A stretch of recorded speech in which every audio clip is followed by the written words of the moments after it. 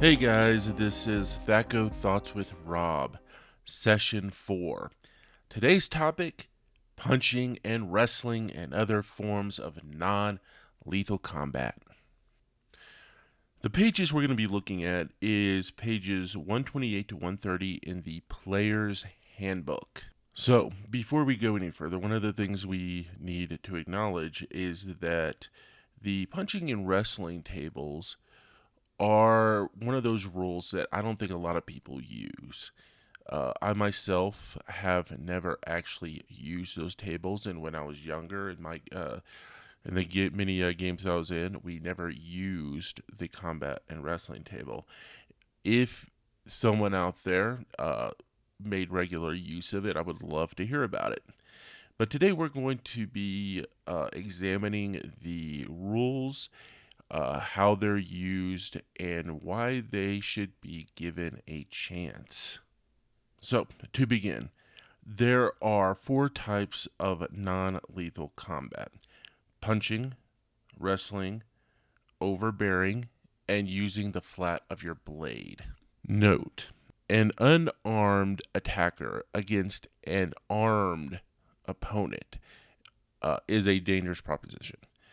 The person who's being attacked, if they are armed, gets the equivalent of an attack of opportunity. The unarmed attacker's armor class is worsened by 4, as well as the armed person gets a +4 damage bonus against their unarmored or unarmed opponent. Another note before we proceed further is that when I speak of bonuses, whether negative or positive, those bonuses are always applied to the target's armor class by the Dungeon Master. It is not adjusted by the player for their Thaco. If you're confused about this, refer to Session 1 of Thaco Thoughts with Rob, where I talk about my approach to Thaco. And with that, let's continue. Okay, so let's start with punching. You will be attacking as normal. You will be using your Thaco versus their armor class. Now, one of the things that I made a mistake before in the past when I did try to dabble with these tables is that I assumed that the roll to hit and the roll on the table were 2 separate things. But that's not actually true. So let me just kind of read directly from my notes here. The attacker rolls to hit, and if they connect, they use that number to determine what the attack result is. For example, if the character punches and hits with a 19, the result is a rabbit punch with a 3% chance of KO.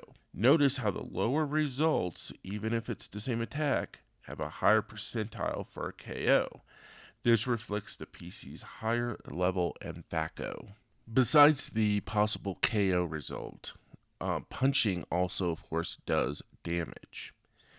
If you look at the chart or the table, each result has different damage. The haymaker, for example, does 2 points of damage plus strength, plus if you happen to be wearing a gauntlet or brass knuckles of some sort. The thing about the damage, though, is that there are 2 actually types of damage when you're using non-lethal attacks. There is the regular damage, which is 25% of the overall damage, and the rest of the damage, the 75%, is temporary damage. So you have to basically heal the regular damage in normal ways, but the temporary damage goes away pretty much very quickly. Now, you're still applying that damage together for the possibility of whittling down your opponent to 0, and if, of course, they get whittled down to 0, they are knocked out. And it's still the same result. It just takes a little longer. With a KO percentile, it's like, hey man, do you get that lucky punch in or not? Now, once you whittle down your opponent to either 0 or you get lucky and roll your knockout percentile, it's then that you take a D10 and you roll a D10, and that will tell you how many rounds that person is stunned, basically knocked out. One more note about punching before we move on is that you can do something called pulling your punch. Now, pulling your punch basically means that you do no actual damage to your opponent, but you still have a chance of knocking them out. So this is for when you need to take somebody out, but you just don't want to hurt them. You still want to stun them. This could be because you're fighting a child, maybe, or you're fighting the prince, and you don't want to leave actual scars or bruises upon their bodies, which will get you into a lot of trouble. So you do have that option to pull your punch and do no damage, but still have a chance of KO. Okay, so let's go ahead and move on to the wrestling side of the table.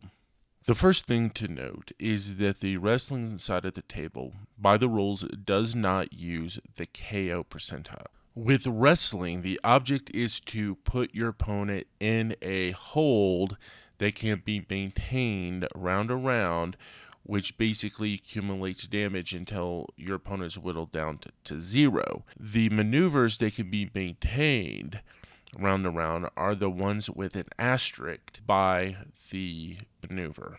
Remember, to get somebody in a hold, it's the same basic mechanic as punching somebody. You roll to hit, and if you hit, the number that was actually rolled is what you use for the result. For example, if you roll let's go back to 20. If you roll a 20 and that 20 hits, then you put that person into a bear hug. The bear hug does 1 point of damage plus strength per round, but this is actually compounded. For example, let's say that you can do 3 points of damage. So let's say that you start off with 3 points of damage in round 1. In round 2, you would do 4 points of damage. In round 3, 5 points of damage. In round 4, 6 points of damage. And it just keeps on building until either your opponent breaks free or you whittle down your opponent to zero. The next obvious question is, how do you break free from a hold once you're in it? So there are a few options that allow one to get out of a hold. The first option is simply rolling a counter maneuver against a hold. Those counter maneuvers are a gouge or a throw result. If you roll one of those results on your turn, then you actually break their hold, or they break your hold. The next option to break out of a hold is simply getting assistance from a character, whether that be an NPC or a fellow PC. If somebody comes up and helps you in any way, shape, form, or fashion to get out of that hold, it's assumed that that hold is now broken. The final option of breaking out of hold is using a small melee weapon against your opponent. Now, you still have negative modifiers for attacking, but if you are able to strike your opponent with, let's say, a dagger, for example, then it's assumed that they will release you from their hold. Now, I do have some issues with the wrestling part of the table. I feel that there are a few awkward gaps that need to be filled out, but the solutions are very simple. For example, the attack result of leg twist, arm twist, and leg lock do not have an asterisk by them. So that means they, by the rules, cannot be maintained from round to round. I think that this is more of a typo. So the easy solution is simply to assume that there is an asterisk by any type of hold maneuver, and as well as applying the damage that these hold maneuvers would have. Another issue with some of these maneuvers is that a few of them don't seem to do anything other than 1 point of damage plus your strength modifier. For example, elbow smash, gouge, which is used as a counter maneuver against a hold, and kick only seem to do a little bit of damage, or in the case of the gouge, get you out of a hold. So what I would do with those is assume that the KO result or the KO option from the punching side of the table would apply to these particular maneuvers. So if you roll a strike type wrestling maneuver, do the damage as well as using the KO percentile from the punching side of the table, and that should make those maneuvers a lot more useful. Okay, guys, our next non-lethal combat option is overbearing. So what is overbearing? Overbearing is simply the attempt to bring somebody to the ground without causing damage. In other words, pinning them to the ground, making them helpless. Once again, this attack is conducted in the same way all other attacks are conducted. Thaco versus armor class. The main difference is that there are a lot more considerations when using overbearing rules. For example, numbers and size differences are calculated into the attack. So I'm just going to read directly from my notes to make sure I get all the points that I need to. So first off, you want to make a normal attack. For every level of size difference, the attack is modified by 4 up or down. Modify the AC of the target, not the Thaco. Defenders get a +2 to armor class for every leg they have beyond 2. A horse would get a +4 to their armor class because they have 4 legs, plus further bonuses or minuses depending on if they're larger or smaller than the one trying to pull them down. Apply a -1 to armor class for every attacker beyond the first that is trying to pull down the target. If there are 3 attackers, then the target's AC is worsened by 2. But whose Thaco is used in a group? According to the book, the weakest attacker's Thaco is used, because they're the weakest link, apparently. If the attack succeeds, the target is pulled down.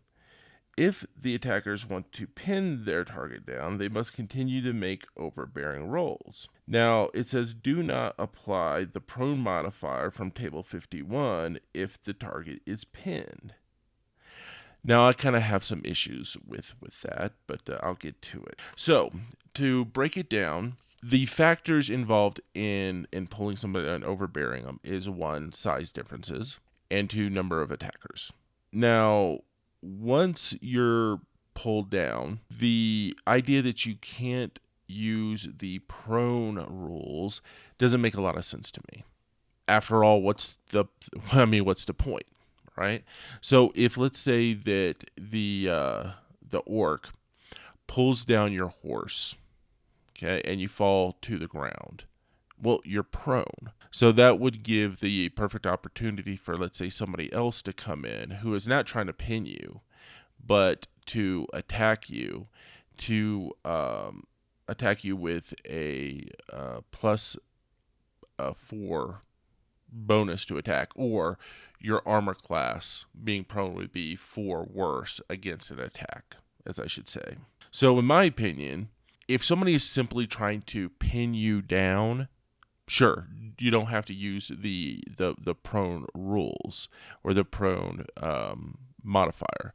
But if, let's say, somebody just pulls you down and somebody else is just trying to do a normal attack against you, then you should be treated as prone. Another thing that is specify is you getting up. So if you're pulled down to the ground, you should actually require an action to be able to stand up. It doesn't say that in the rules, but I think it's assumed.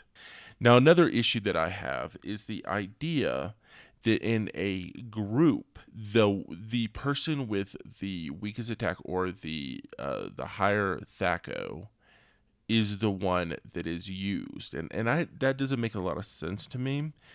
For instance, if there is an ogre and a pixie trying to, pin you. Well, against an ogre's strength, what is a pixie going to do? I mean, how is a pixie going to help an ogre? It doesn't, to me, make a lot of sense. I see where they're trying to do. They're trying to just not make it too overwhelming for the target, but I prefer the realism of simply using the most capable person in the group's Thaco, as the attack versus trying to so-called be fair, because being fair doesn't necessarily mean it makes sense. So in the case of, let's say, an ogre and a pixie, well, the ogre, of course, is going to be a size category more than a human target. So that would worsen the human target's armor class by 4 because of the size difference. The Thaco of the ogre will be used to make the attack. Now, where does the pixie come in? The pixie, you could say, would basically cause a distraction. So that would give another negative to the armor class of the human opponent. So that's how I would approach a group, overbearing tactics. Okay, so to put all that into a nice, neat example, let's go ahead and use the following. A orc is trying to pull a rider down by basically grabbing the horse and pulling it to the ground. We've seen this in movies many times. So let's go ahead and break down this scenario here. Okay, so we have Prince Albert on a riding horse riding down a trail. Suddenly, an orc bandit leaps out, grabs the reins of the horse, and begins to try to pull the riding horse to the ground so that Prince Albert, tumbles from his saddle. The first thing we're going to do is we're going to assume that the orc surprised the horse and rider. So first off, we have the orc's Thaco of 19. That's what we're starting at. And the riding horse has an armor class of 7. The first thing we're going to do is that we're going to compare size categories. Obviously, the riding horse is a size category larger than an orc. So that is going to benefit the riding horse by improving its armor class by 4. Okay, so the armor class for the riding horse is now a 3. Okay, now the thing about it is the riding horse also has the advantage of having 4 legs. Okay, so if we look at the modifiers, the more legs something has beyond 2, the better their armor class is. So a horse's has 2 legs, so that's going to be, or 4 legs, so that's going to be another plus 2 to their armor class for having an extra set of legs. So the horse is now AC 1. Okay. So the orc, in order to grab and pull down the horse, is going to need to roll an 18 or higher. Okay. And if they roll an 18 or higher, because remember, an armor class of 1, Thaco 19, that's obviously you have to roll an 18. Okay. So let's say they roll an 18, they grab the horse and they yank the horse down to the trail, and Prince Albert ends up rolling out of the saddle and is now prone. Now let's say that the orc wanted to pin the horse to the ground, preventing it from getting up. Maybe Prince Albert is now stuck underneath the horse instead of rolling away. That situation, I could see Prince Albert making a horsemanship roll to see if they can, skedaddle from underneath the horse before it lands on top of them. But let's say that the orc is simply wanting to pin down the horse. what they would have to do is continue to roll successfully every round to keep the horse pinned. So in this scenario, they would have to roll an 18 or higher every round to keep the horse pinned to the ground. Now, with Prince Albert stuck and prone, somebody else could come along and get that prone bonus to strike the prince. But anyway, so that is the overbearing rules in a nutshell. And I hope that kind of solidified the idea for you. Okay, so we have one more option for non-lethal combat, and that is simply using the flat of one's blade. Now, using other types of weapons besides the sword makes it pretty much impossible to do non-lethal damage. For instance, the idea of softening a hammer or a mace blow is ridiculous. Okay, there's no way you can really do that. Also, piercing weapons cannot be softened because obviously you're piercing their flesh, or any type of ranged attack. But with a sword, you simply have to turn the sword to the side and hit him with the flat of the blade. Now, there is some disadvantages to this. One, the target's AC is actually improved by 4. And also, damage is split 50-50, just like before. You have regular damage and temporary damage. So if you do, let's say, 10 points of damage with the flat of your blade, then 5 points will be regular damage, which you will have to heal normally, and the other 5 would be temporary damage. Once again, you add up these numbers together, and once the target is reduced to 0, they fall. They are subdued. They are stunned. They are stunned for 1d10 rounds using a 10-sided dice. Or a 10-sided die, as I should say. Okay, guys, thanks again for joining me on this session of Thaco Thoughts with Rob. You can find this episode and many other great episodes on Spotify, Apple Podcasts, and YouTube. And once more, this episode was brought to you by the Evil Dungeon Master. And I look forward to our next session together. Have a good one. Bye.